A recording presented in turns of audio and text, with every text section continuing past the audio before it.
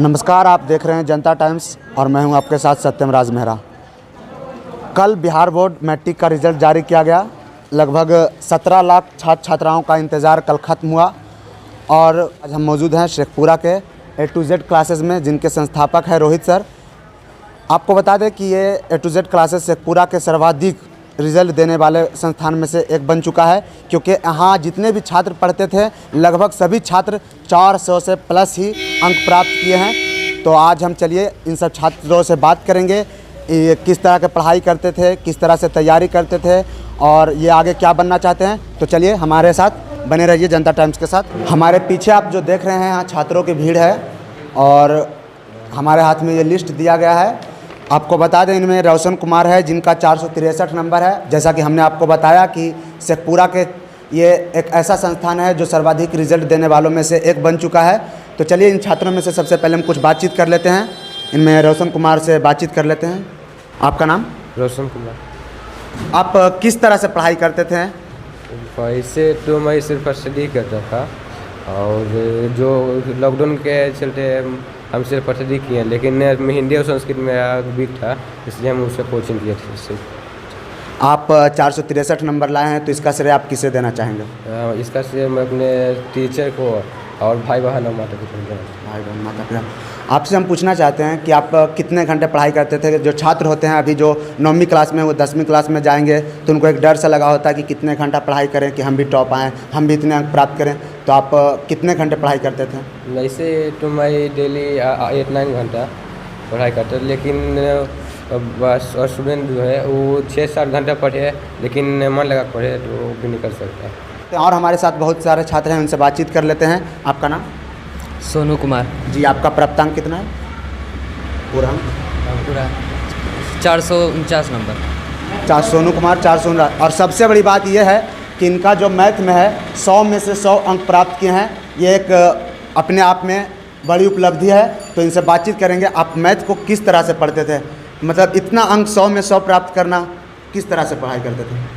हमने कोई ख़ास मैथ पे ध्यान नहीं दिया, लेकिन फिर भी हमें जो क्लास में बताया जाता था और उसको हम बहुत अच्छी तरीके से क्लियर करते थे और उसको हम घर में भी जाके प्रैक्टिस करने का बहुत प्रयास करते थे। और एक बुक 2 बुक अलग अलग तरह के अलग प्रकाशन का भी अलग बुक बनाने का हम प्रयास किए हैं।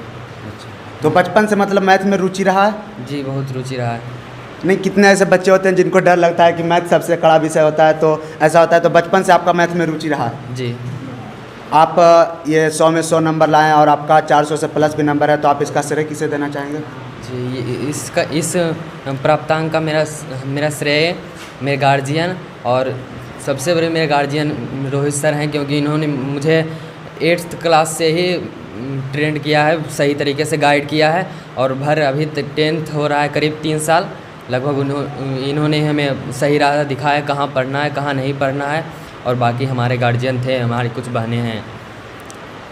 आप कितना घंटा पढ़ाई करते थे घर में? मिनिमम हम करीब 8 से 9 घंटा पढ़ाई करते थे। आगे क्या बनने की इच्छा है? आगे IAS ऑफिसर। IAS officer. आपका आगे बनने की क्या इच्छा है? हम एक इंजीनियर बनना चाहते हैं। आपका सर नाम? अजीत कुमार। अजीत कुमार। आपका प्राप्तांक? प्राप्त 340। 340। तो आप किस तरह से पढ़ाई करते थे और आपका ये इसका श्रेय आप किसे देना चाहेंगे? इसका श्रेय तो मैं देना चाहूँगा कि जैसे कि मेरे परिवार भी, मेरे घर में ऐसे भी मैंने पढ़े लिखे कम लोग थे, इसलिए सभी लोग को आसपास में देख कर मतलब अगल बगल सभी लोग के देख कर मोटिवेशन करते थे कि पढ़ो लिखो, मैंने पढ़ो मन लगा कर। इसलिए और सर भी मेरे ऊपर थोड़ा मैं कमज़ोर था मैथ साइंस, इसलिए मेरे सर मतलब मेरे ऊपर बहुत ही मेहनत करते थे और मुझे मोटिवेशनल करते थे, हमेशा कहते थे कि पढ़ो मन लगा के, और हमें मेहनत करने की कि सलाह देते थे और बताते थे किस तरह से पढ़ना। इसलिए हमने सर की बात पे पढ़ा और इस तरह से कितना नंबर है। आगे बनने की क्या इच्छा? आगे बनने तो ऐसे तो मेरा इच्छा था जैसे कि मैं एज ए पुलिस लाइन में जानता, तो मेरे लिए मेरा हाइट की वजह से मेरे प्रॉब्लम्स में से मतलब कुछ सोचा नहीं इसके बारे में। ये आपने तय नहीं किया।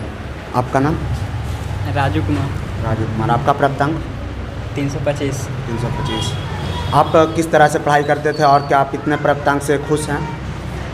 खुश तो हैं, लेकिन कितना खुश रहेंगे, फिर भी हैं बस मतलब जितना पढ़ाई किया था उसके अनुसार आपको प्राप्तांक मिला है या फिर मतलब आपको लगता है कि वो जितना पढ़ाई की उसके अनुसार तो नहीं मिला है, बस फिर भी सर मिले, फिर उसके बाद बहुत कुछ मतलब उतना भी हमको पढ़ाई तो बहुत किए थे लेकिन फिर भी इतना कमाया नहीं पता है।